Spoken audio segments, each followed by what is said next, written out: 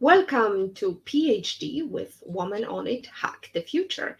My name is Beata Young, and today's PhD, Positivity Hacks Delivered, will be by our guest, Gail Robertson.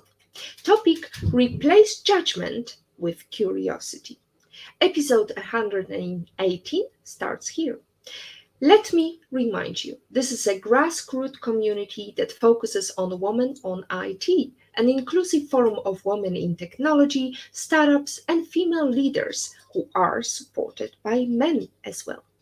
And I bring heart to that hustle because empathy is my motto. And empathy is critical when you are replacing judgment with curiosity. Let me just remind you what's been happening in the world of technology. Just a couple of days ago, Priya Devo, former PhD guest, congratulations for your new position in Access Accelerator as an innovation manager. I hope you continue to grow and inspire us in every aspect. We are proud of you. A round of applause to American economic historian Professor Claudia Goldin for receiving the Nobel Prize in Economics. Her research illuminates gender disparities in earnings and employment. Let's champion equal pay and celebrate your incredible achievements. Congratulations once again, Professor Goldin. Kudos to our former PhD guest and Vice President of MongoDB, Tara Hernandez, on a successful key speech presentation at the 10th Annual Lesbians Who Tech and Allies San Francisco Summit last Monday. Cheers to more events and amazing insights of yours. Now let's go back to our topic of today's discussion: replace judgment with curiosity. In a world that often jumps to conclusions, there is a refreshing alternative: replacing judgment with curiosity. In this enlightening episode, we invite a remarkable guest with a passion for uncovering the unique stories that lie within every individual. Join us as we delve into the world of curiosity and storytelling with Gail Robertson, a Chief Curiosity Officer, PR strategist, and keynote speaker at GailNow. With her virtual and in-person coaching, she's breaking the mold of traditional marketing to empower businesses to embrace the power of curiosity. Gail, where in the world are you today? I am in Canada and I'm in Windsor, Ontario, and I'm right on the border with Detroit, Michigan. So I really have a good vibe going in terms of Canada and US. And I also do a lot of work in the US. And I just got back from Portugal. So I have a bit of a sampling of the European world as well. Well, I'm joining from Europe as well. Actually, I'm sitting in Poznan in my daughter's lovely small apartment, so you can probably hear a kitty in the background demanding attention. And there is lots of culture in Poznan and in US and Canada as well. And definitely it requires a lot of curiosity. So, what surprised you the most in Portugal? You know what? Probably just, I don't know if it was a surprise, but just really embracing the concept of the importance of connecting with people, and that is what makes travel so amazing. So I would say I did some research. I will say I probably visited more Catholic churches than I ever thought I would be doing. But that also was, I went into the whole idea of better understanding world religions. So definitely lots of churches, lots of castles, and appreciating history. Also, when I traveled to England, I had a similar experience many, many years ago when I was a lot younger. So just understanding that, there's a lot more than just our own world that we live in. There is a lot more and a lot more to discover when you visit foreign countries. So, you mentioned UK. Why do you believe it's very similar? Because I think there is a different, influence when it comes to church. In Portugal, it's very Catholic, whereas in UK, it's more Protestant. So why do you find similarities there? Well, more the history, right? The deep, deep history. Because coming from Canada, when we think something's 100 years old, we think, oh, that's so old, right? And when you travel, you start to see history in a whole different light, because we're talking about, so many hundreds of years going back. But I also believe with curiosity, you start seeing more similarities sometimes with religions than differences. And we sometimes choose to see the differences as opposed to what is in common. And really what's in common is, I always said, faith is so powerful. I have my own faith, but I can appreciate, and it comes from a more Christian background, but I appreciate my friends that are Muslim with their faith, or people who are Buddhist. So having faith is important. And whenever I travel, it helps me to see we have more in common with people than we have differences. And people want to, connect. The other surprise, well, this wasn't a surprise. It was more of a confirmation of humanity. People, this young couple, they were friends. I guess they were teenagers, older teens. And we were struggling, my friend and I were struggling with finding the metro station, and using the money and, getting our tickets. And they said they came with us and took us to the right station, explained where to go next. And then they went back to where they were going. People are a lot more kind and helpful than we sometimes think, especially young people, right? We met a lot of really amazing young people when we were there. So that's another thing I've learned. It's easy to discount them as being lazy or, uninformed, but, you sometimes see what you look for. Mm. You say, well, it's interesting what you say. We have more in common than differences in terms of conflict. If we are right now facing a conflict between Hamas and Israel. So, what would you suggest to those people who can't find a common ground? How to find this common ground, and how to, I don't know whether it's heal the deep wound that sometimes prevents us from having holistic approach. Well, on that topic, I will say this: as someone who is curious and does research, number one is learn history, ask more questions, do your research before you maybe go out and post on social media. I see a lot of people that are become, Middle East experts sometimes, and that topic is such a difficult one. There's certain topics that it's difficult for someone like myself even to comment on, because there is so many aspects to that issue. And most of the times we're not really aware of, the bigger picture, of understanding what the history is, of understanding, different views. I heard someone earlier today on a radio show said, what's the number one leadership lesson that she learned is that, listen, active listening. And, there's some topics too become also very emotional. And then that brings me back to education over punishment too. We sometimes want to punish people that have a different view than us, that have a different perspective on things. And instead we need to lean in, listen more. And in terms of what's happening right now in the Middle East, that is a very deep, deep issue, and a topic probably we could spend just time. And I think I would defer to some people who have more expertise in that area. The only thing I'd encourage people to do is be curious and maybe listen more and judge less.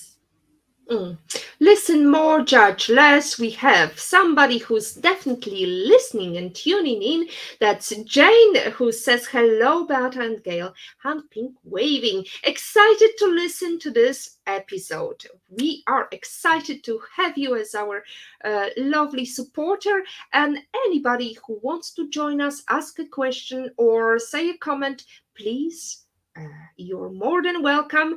Any comment help our algorithm and makes us visible to everyone, because we want you to be curious. We want you to stay with us and also develop the skills that are very, very necessary, meaning not only curiosity, learning, everlasting learning, and being in touch with technology. Because, Gail, you mentioned that you had something in common. Tell us about your career.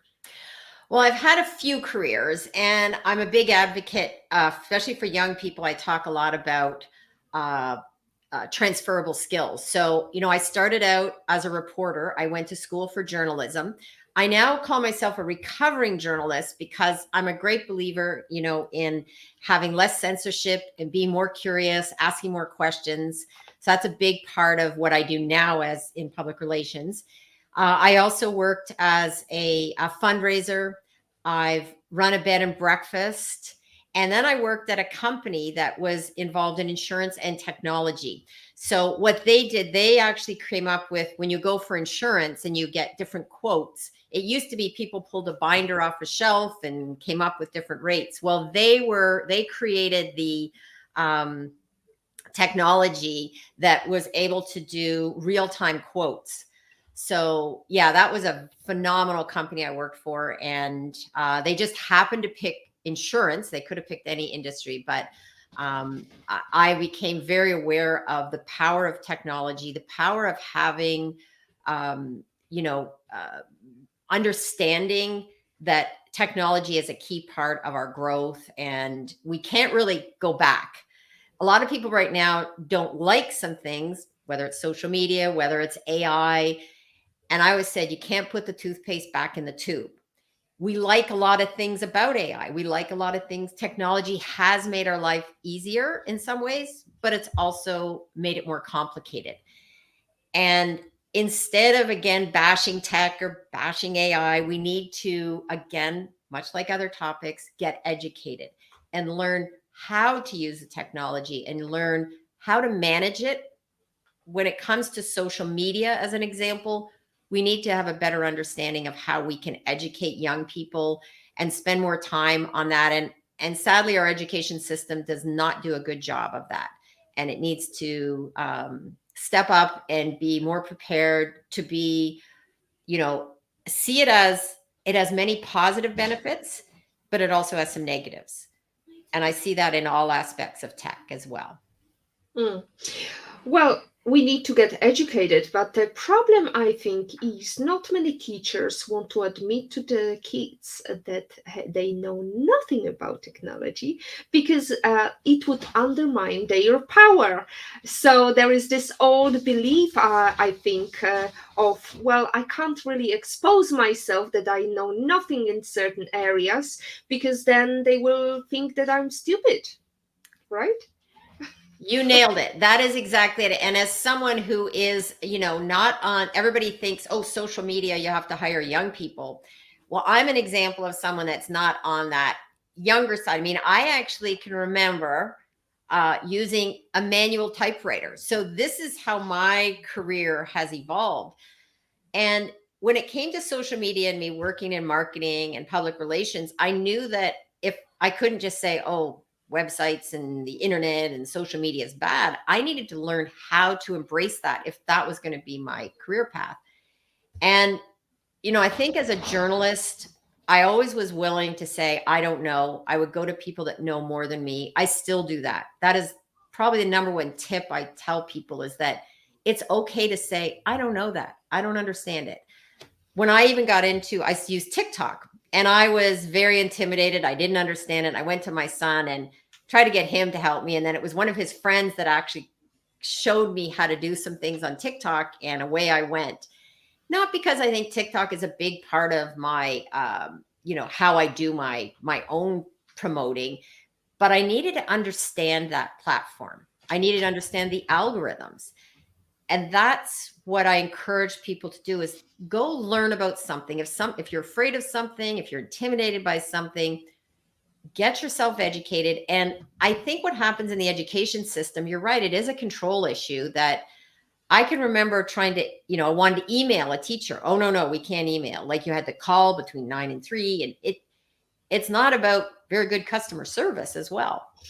So yeah, we have a problem with how we're going to educate. And now we're talking about AI. And the more you try to suppress it, it's not going away. I always said the power is with people who will learn how to use AI and how to also question. When I see interviews now, I always go, like, is that AI generated? Like, don't assume everything you see on social media is accurate. Oh, absolutely. Don't assume, don't jump to conclusions. And definitely, I would say that being curious helps you in terms of not feel intimidated because you're just asking questions. And this way, you can learn much more than pretending that you know something that you have no clue. And then when nobody's looking, checking the Google and checking what they were talking about, but you have more questions than you had in the first place. Yes. Right. Gail, you are the chief uh, curiosity officer. Tell me, how did that name come about? Well, I was actually attending I took some training with something called heroic public speaking. And it was more than just learning about public speaking. It was really about trying to figure out, our messaging, our stories, how we can go out and, I'm a great believer in, how can we make change in the world? And it was other people started to say, oh, you're very curious. Oh, you are so curious. I didn't think any of this was unusual. I guess because I asked so many questions and I'm always leaning in and want to know people's stories. And it's different than being nosy, right? And a lot of people say, oh, being nosy. It's about wanting to understand someone else, wanting to hear someone else's story. So the chief curiosity officer is really part of my brand. I work in public relations. So I saw, chief information officer, chief finance officer. So I thought, well, I'll be chief curiosity officer. And it is something that's, starts some discussions. And that's really why I picked it. I thought it's something that really helps identify my brand. Along with, you'll see in the background, I have this, sign up, suit up, and show up. And that's another extension of that curiosity, is that the sign up is about mindset. You have to decide, do you want to make change? Do you want to tell your story and how? And then the suit up is the being curious, doing your research, and then showing up. And showing up with that curiosity is how, I do this with my brand, but I also do this when I'm working with people, especially in manufacturing, because they have this wealth of stories they're sitting on. And if you're not sharing it and not showing up, then no one will know about it. Well, most companies believe they support curiosity and creativity, but their employees disagree. In a 2015 study by Merck KGA, researchers found that 84% of employers believed they encouraged curiosity. 60% of employees felt their curiosity was stifled. So, how can companies help to develop curiosity in their structures? Those stats point to something that I see, anybody who's parented a teenager. I used to always say too with my son, I always want to encourage him to ask questions, go out in the world and, challenge authority. Oh, wait a minute. Don't challenge me as a parent. And that's one of a big lesson I learned, in parenting, is that we have to remember, just like our employees, we need to encourage them to ask questions. I've been very blessed. I have had a couple of really great bosses, worked in companies and organizations that encouraged and supported me when I maybe pushed back and just didn't accept, what they were saying. And more companies need to really look at, okay, why are certain companies more successful? Why are certain people more successful? And a lot of times, if you look at it, creativity is important, but curiosity is when you're allowing people to have a different view than you do, and to maybe bring up something that is uncomfortable. And here's where we have a problem right now, is companies think they're doing that, but often they're not because they shut down different views. And this goes back to why I'm also against censorship. We need to be able to hear people who have different views than we do. I told this story. I'm on a radio show, and when I was in high school, I was on the debating team. We had to prepare the pro and the con. So we had to argue for an issue and against an issue. And we had to go to the debating competition and be ready to debate either side.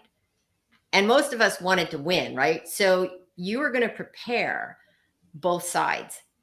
We need to have more of that philosophy in workplaces, in relationships, in friendships, and in social media accounts. Be prepared to look at another perspective other than through your own lens.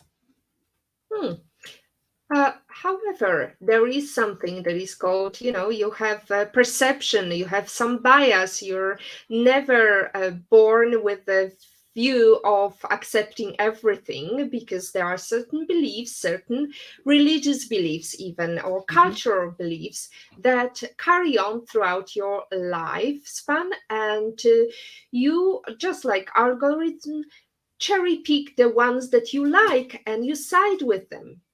How to tackle that, Gail? You said a term that I talk about a lot: cherry picking.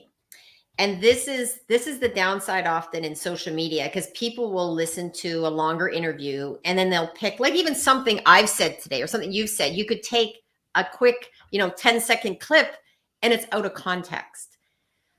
So that's number one. We have to be aware of that. Also be aware of our bias. When I was in journalism school, we used to talk about objectivity, and I used to always believe that there's no such thing as 100% objectivity. I come into covering a story with a different view than someone else. For example, I've never spent any length of time in a wheelchair. I've never had experienced that type of disability. So I may not see the world the same as someone that has experienced that. And it's the same with whether it's religion, whether it's culture, whether it's gender, whatever. The problem right now is that we do see things only through that one lens. And only way we can make change and encourage, if we're going to really talk about inclusion or talk about kindness, we need to step back and look at things from another lens other than our own. That's where curiosity comes in. And that's why on my show, Curious Minds, I try to sometimes balance out what I'm seeing in mainstream media and bring on people and have these discussions that aren't necessarily covered by current mainstream media, and have different views. Because if we don't do that and we don't educate, we're going to continue down the road of more wars, more anger, more fighting. And, even if we look at it in a personal relationship, if you just say to someone, I'm right, you're wrong, where do you go from there? You're not going to find a solution. And instead, if you say, okay, let me hear why do you think that? Ask more questions. And it's not easy. I'm not saying any of this is like, oh, snap your fingers and we're going to be more curious and the world will be better. But we have to start somewhere. And that's why I am a great believer in, I'm always talking about curiosity. I'm on a radio show each week where sometimes I'm the lone voice, because I said, I'm not coming from a partisan perspective. I'm not coming from any agenda other than how do we solve problems? So how do you solve problems? Well, that's that circular argument. We solve problems by being more curious, right? Yeah. Absolutely. We solve problems by being more curious, asking questions. So what are the top, let's say, 3 questions you need to ask to really unveil the heart of the problem? Well, in journalism school, we used to do the 5 W's and the H: who, what, where, when, why, and how. And one of the questions that a lot of times in media right now gets missed is why. Why do you think that? Why are you protesting? Why are you counter-protesting? Why do you feel that strongly about that issue? We don't ask why enough. We don't look around and say, why is this happening right now? can we try to understand where that other person or their organization is coming from? Can we do more learning? Can we educate ourselves? So I think the big question you need to ask is why? Why do you feel that way? Where does that belief come from? And once you have those discussions with people, it's amazing. Like I have found this from, again, I often relate stories back to raising a teenager and my son, he's now 21. Here's one example. He would have his AirPods in. I'd be talking, and I used to think it's so rude. He's listening to music. Why isn't he talking to me? And he told me, he says, Mom, sometimes I de-stress by listening to music, putting my AirPods in. For me, when I need quiet. I don't want to hear music. I just need quiet. So we came at this from different perspectives. And once I understood that, now when I see him listen to music, give him some time. And then later we may have a conversation, but I give him space to deal with whatever he's dealing with, and it's with his AirPods in. We need to do more of that. Just understand and go, my way isn't the right way. Sometimes as a parent, I thought I was more right, but I'm learning that I've learned more from him than being right. Well, you've had 21 years to understand and be curious. I need 21 more. Oh, there you go. Well, I've got a 23 years old daughter, and I have to tell you that I understood pretty quickly that I'm never right. So now, whenever I am right, I really feel appreciated. It's almost like winning an Oscar. But anyway, coming back to the fact that not everything works for people the same way as it works for us. So you also talk about your 3-step process. Can you delve into that?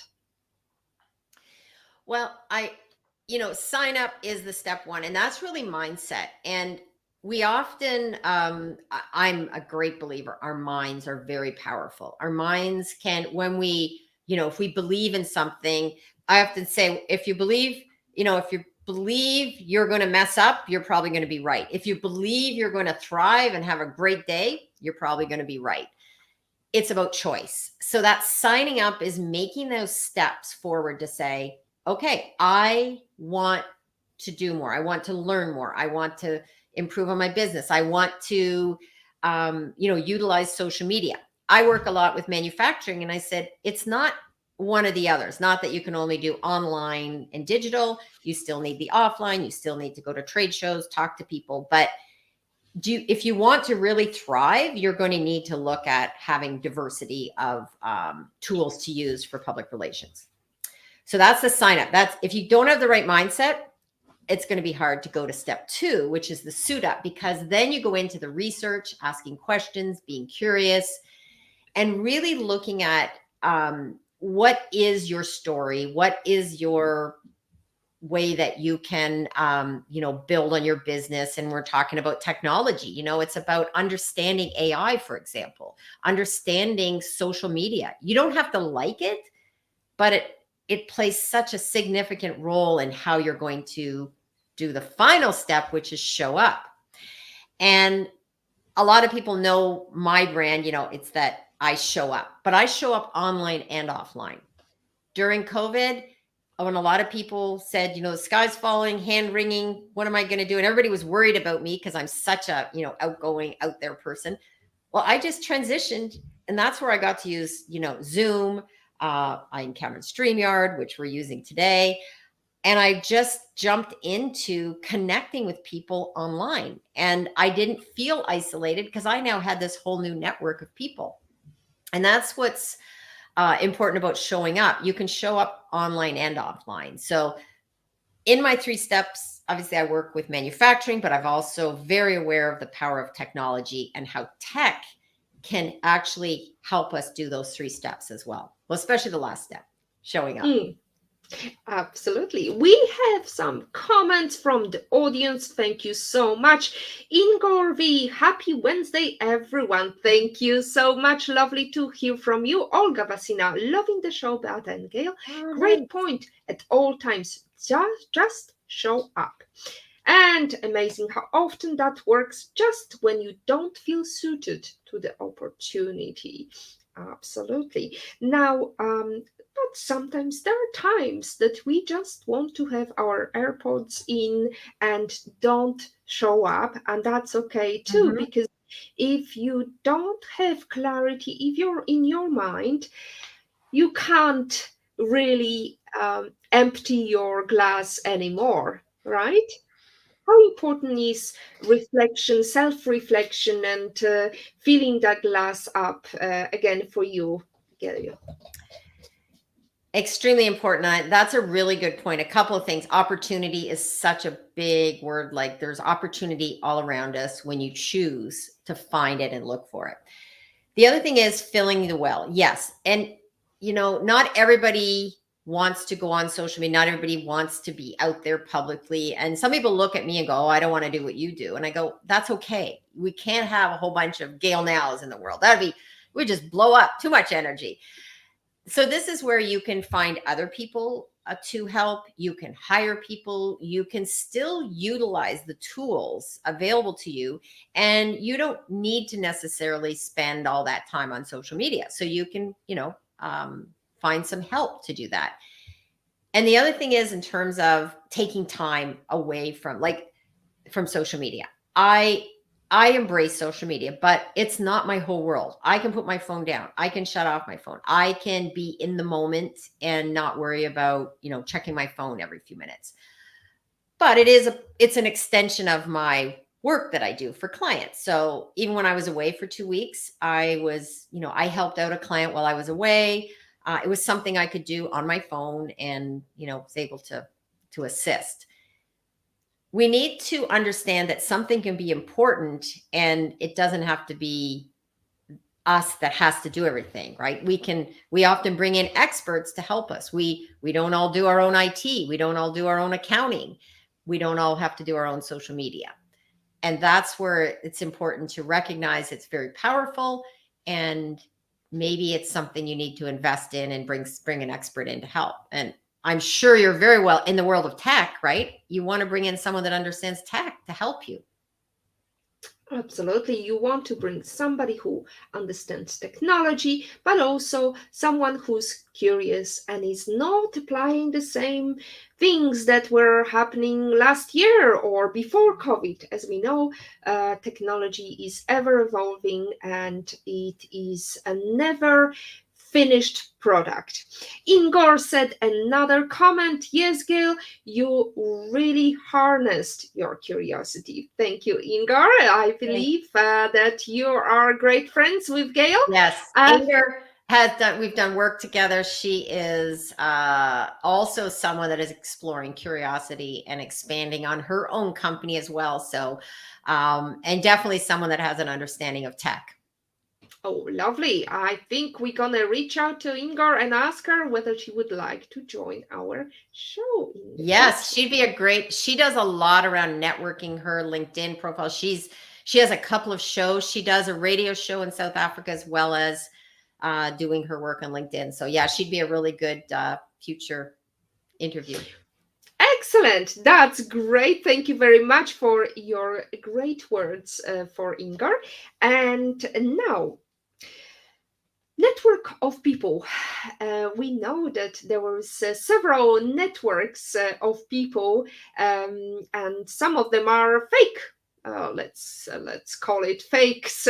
Fake. I mean, Mhm. in terms of identity, there is a lot of AI. We've seen some videos of Mark Zuckerberg making a speech, but it wasn't really him. And we have some people suspecting that Putin is no longer among us, and there is AI generated Putin that speaks and fuels the feud between Ukraine and Russia. Now, how important it is for your clients, Gail, to make sure that there is, a truth and the basic things that are resonating with people, that because we've seen some companies that jump on the wagon of LGBTQ and it backfired. And so I wonder what's your view, or what's your experience in manufacturing. Yes, that is an issue sometimes if you jump on bandwagons or you're not being, it's a much used word, being authentic, but you know, it's really important that you, as part of your strategy. So I work with a lot of companies and people now on developing their public relations strategy. Because what happens is they tend to want to jump into the execution and getting out there and posting, but they don't have a game plan. And a lot of times that ends up costing them a lot of money and could end up with some PR problems because they haven't really thought out, okay, what are some of the things that you're going to focus on? The companies that have had the most success decide what it is they're in advance. What will we comment on? What will we support? And what sometimes it's best to say nothing. And I find like right now, there's things I don't comment on because that's not part of my brand. And it's also, I don't know enough about something. So it's best to, and sometimes if I write something and leave it in drafts, but yes, this is something that companies need to develop a strategy around and know what their plan is, and be very careful if you're having someone posting on your behalf to understand, what your beliefs are. And, luckily I've worked with companies that have a pretty good understanding of that. And I know what to post and what not to post when I'm working with them.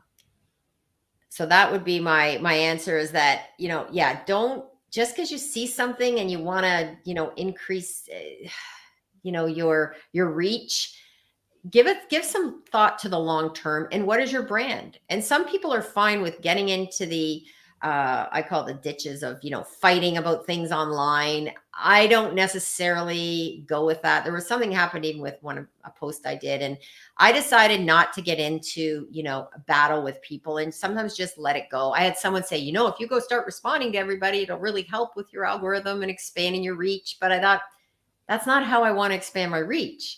I want to expand it with people who have, an understanding of what I'm doing and what I believe in, and not just trying to get, boost my numbers. And I don't do that with clients either. I mean, there are ways I can show people, here's how you can get a lot more followers, but they're not real followers. They're not going to really help your business. And that's where, back to that word opportunity, looking for the right opportunity, the right niche, and the right focus for your company and your beliefs. As we have this great quotation, opportunity is like a bus. There always will be another. So now let's go into the question of Patrick, IPO Meeting, Patrick's opinion. Gail, fascinating show. When you get curious on YouTube channel about the subject, is it best to start from zero knowledge, or do you read furiously and then start interviewing? Wow, I like that because I tend to do some research. I want to at least have an understanding. And part of my research planning is I try to look at where that person is coming from, but I also try to go look at the other perspective. But I don't bring someone on just to challenge them. And I see this happening a lot, sometimes too much in the media, where they bring, they go to interview someone and they're arguing with them.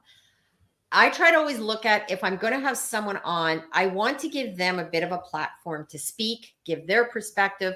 And often the people I have on are often not getting that in the mainstream. So I tend to like to tackle topics that aren't getting as much, perspective. I give one example about plastics. I interviewed someone that's done a lot of research, has data on the plastics. And, we had a lot of discussion about banning plastics. So I would have come from the perspective, oh yeah, good to ban plastics. But the more research I did, I realized it's a very complex issue, and it's not as simple as banning plastics. We need to really understand more about, how plastics are so valuable in our society. And as I said, I won't get into it now, but it's a very complex topic. So yes, I did research on that. I don't know if I probably read furiously on a lot of issues. So I try not to come in with zero knowledge. No, I think I have to come in with, so that I can ask questions. As a journalist, I would always do research before an interview because I wanted to go in with that curiosity mindset and ask appropriate questions.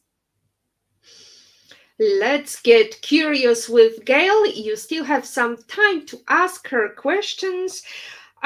So Gail, you had a game plan of starting your own entrepreneurial journey. You've had a couple of careers, as you mentioned. So what inspired you to start your own company?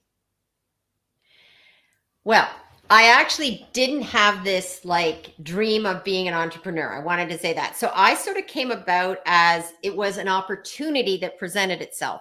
I was working at a company for almost 11 years, loved it. That was the insurance and technology company. And then what happened, they were selling to an international company and there was a lot of long process involved. And when I saw the writing on the wall, I knew that there probably wasn't going to be a specific role for me in the type of role that I wanted to be probably remain at. So I dealt with one of the owners and who I reported to, and we came up with a game plan that I would stay until the sale went through. They would give me a nice package to go off with. And that was why I decided to start my business. And I sort of hit the ground running. I had a client even before I left that company. I was already well on my way. And this is where I think it's really important for people to be open to opportunities like that. So instead of saying, oh, no, I don't want to run my own business, I looked at it as, well, let's give it a try. Let's see what happens. I can always go back and get a job. And then what's happened is now I couldn't see doing anything else than what I'm doing. And sometimes we shut down ideas too quickly. And that's why I like to share this, because I'm not in the category, some people like they have a dream of running their own business. That wasn't where I came from. But now that I'm doing it, I love a lot of the abilities. It gives me some freedom, and also that I can be a really good strategist and consultant because of all that background experience that I've had through 5 different careers. With different clients, different backgrounds. Now, what advice would you give to other female entrepreneurs who want to start their own company, but they don't know how or when, or, just have that kick in the butt when they need it from Gail? Number 1 tip: network. Get out there, talk to people, find other people that are doing what you're doing, or that you want, that you emulate, that you want to be more, learn from them. There is many opportunities out there. I've had people reach out to me, and I'm more than happy to give any tips, ideas. I like to share that knowledge. I've just been helping another friend of mine that started a new enterprise, and she wanted to say, I got to pay you. I go, no, listen, so many people helped me along the way, and I'm a great believer in paying it forward. So keep in mind, if you're looking to start your business, you have an idea, go to and ask for help. I find way too many people don't want to ask for help and don't want to reach out to people. I've had even young people, and they go, oh, thank you for helping. I go, see, all you need to do is ask. And there's more people willing to share that information. Just like I told you when I was in Portugal, that those young people, when they came with us on the metro train, like we were like, my friend and I were going, this is amazing. We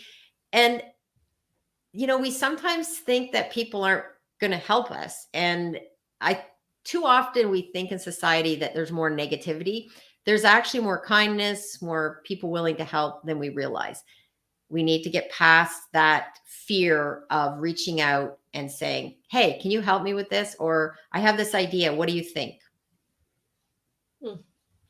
I have this idea of starting my own company. What do you think? The more you talk about it, the more realistic it becomes in your mind and among your friends. And one of these days, who knows, maybe you will get one client when you ask. The more questions you ask, the easier it gets. The more, like anything, if you're going to run a marathon, you don't run out and do it right out of the gate. So whatever you're doing, you have to start small, and then just consistency. I've learned this from cycling. I can remember when 10, 15 kilometers seemed like so difficult. This past summer, I did a 100-kilometer ride one Saturday with a couple of other people. And now it wasn't the fastest, but I did the 100 kilometers in about, I think, 7-8 hours with a stop. We had lunch. So, but I didn't start there. I built up to that. Well, you're very outgoing, and we can see you've got a very bubbly personality. What about those who find it very difficult to make the first contact?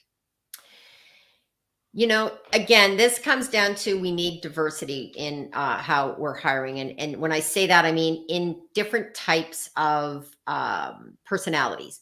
When I was hiring people, I said, there's no way I wanted to go out and hire everybody that was like me, that thought like me, acted like me, a bunch of extroverts. Because I said, we'd never get anything done. We'd be in the room having ideas and having a great time. But we need people that are, I always say, we need the Excel spreadsheet people. We need the quiet people. We need the people who are sitting back and listening and reflecting. So I always encourage people that you don't have to be like me. Just like I look at people and go, oh, I wish I could do Excel spreadsheets better. That's not my gift. But here's the thing, I can find someone else to help with that. The same thing, if you'd feel that it's uncomfortable doing networking, then find, and I've talked about this in my talks, right? That it's starting where you're at and also maybe finding someone to go with you, and start with a group that you already feel comfortable with. So if you are into something, say you're into, I don't know, quilting, okay, or whatever, you're into race cars, go to a group where you have things to talk about in your comfort level first. Start there. And then eventually, you can reach out. There's a lot of networking to be done online. You never even have to really, personally see anyone. You can go online and get connected. We see people commenting, asking questions here today. That's a great way to start opening doors. Like, I want to talk to, I'd like to, everybody that's commented, Olga and that, I want to meet with them on LinkedIn or on YouTube and make a connection. So that's how I've met a lot of people, was going into shows like this, commenting and asking a question or meeting people kind of behind the scenes. So if you're an introvert and don't want to go out to the public events, there's other ways that you can connect with people. And I applaud the people who have, asked some questions, because now I'm curious about, I think it was Patrick and Olga, like now I want to connect with them. We encourage you, Patrick and Olga, to go and connect with Gail Robertson. If she's available, not just on YouTube, she's got her own channel, but also on various networks. For example, LinkedIn. That's where we met first, thanks to Angela, who recommended you. Now, yes, Angela. Now, yes. Okay, here's a great, thank you for reminding me that Angela Thurman is amazing at project management, amazing human being who I met through a networking group during COVID. We connected, and then she recommended me, and I went out to Seattle and I talked at an aerospace conference about, and it was about women in aerospace. So that was all started because of a contact online. And, that's the kind of thing I encourage people to do. We finally met in person. I think that was the first time we met in person, was when I went out to Seattle. So yeah, it's amazing what you can do online. And LinkedIn is a great opportunity. Again, that word, opportunity. Look for opportunities in your comfort level first, then take it up a notch. Now, there's things we all don't like doing, but we do them because it helps with our career success. And I know a few introverts like that. They don't love necessarily public events, but they'll do them because they get something from it. And then they need to go home and, refill the well again. Absolutely. Now, you talk about curating a network. We know that Angela is great at curating network, because we basically, after her appearance, asked her, does she know anybody that she could recommend to our show? And she made amazing list. I mean, not only you, but a couple of other great female leaders that we are so grateful to Angela. What are the other different ways of curating your network carefully, as you call it? Curating a network, whether in person and on social media, is crucial. I love Twitter or X or whatever you call it. I don't really care what you call it. I like the platform mainly because it has the least amount of censorship. So that's why I like Twitter. And I still call it Twitter. What I do though is I curate my network. So there's certain things that come up and I just scroll by, but there's certain people I follow, I'm connected with. I keep them high on my list because I like to go read what they're saying because I know they're curious. They're doing the work to make sure that if they're posting something, they've already kind of done the background research and I can trust mostly what they're saying. We need to do this a lot more in our social media. We tend to do it with our friends. I mean, you're not going to hang to me. Are you going to hang around with someone who's always negative and who's always complaining? And well, eventually we sort of distance ourselves. And the same thing needs to hold true with social media. And to me, it's not a platform that's good or bad. It's how you utilize that. Now, I get on Facebook, for example, people now I get all these men that are widowed and in the army reaching out to me like that's, but I don't say, oh, I'm not going to use Facebook. Facebook has a purpose, Twitter has a purpose, and LinkedIn has a purpose. And there's going to be stuff we don't like on all of those platforms. And you have to figure out a way to cull, to basically go through and edit who are you going to stay connected with. And that is how you meet amazing people. That's how Angela and I stayed connected because we had a lot of common things that we shared. And it wasn't all, negative or wasn't trying to sell on anything. We're sharing information. I think we are great at sharing information and supporting each other, and we've seen it not just during today's show. However, it's worth mentioning that we have another comment from Patrick. Go talk race cars, says the race car commentator. Ooh. Well done, Patrick. There you go. And Ingor, opportunity, yes, embrace them. Absolutely, Ingor, we agree with you. And that's your last opportunity to ask questions because we are heading towards the end of our show. And Angela, I've got a couple more questions, and I wanted to ask you about your life lesson quote and how did it change you? Okay, so this is be curious, not judgmental. This I heard on Ted Lasso show, and I love the whole concept of that show. I encourage people, whether it's not just about sports either, it's about life, it's about sports, it's about humanity, it's about belief, and it's about curiosity. So when I heard that, it really fell into line with everything that I'm doing. And yeah, it just is something that became part of my mantra right now, right? That when you're curious, it's very hard to be judgmental because once you're curious, go do the research, you can then better understand what other people are saying and doing. And I use this in manufacturing as well when I work with clients, is that the more curious we are about understanding how manufacturing works. I do a lot of work in mold making.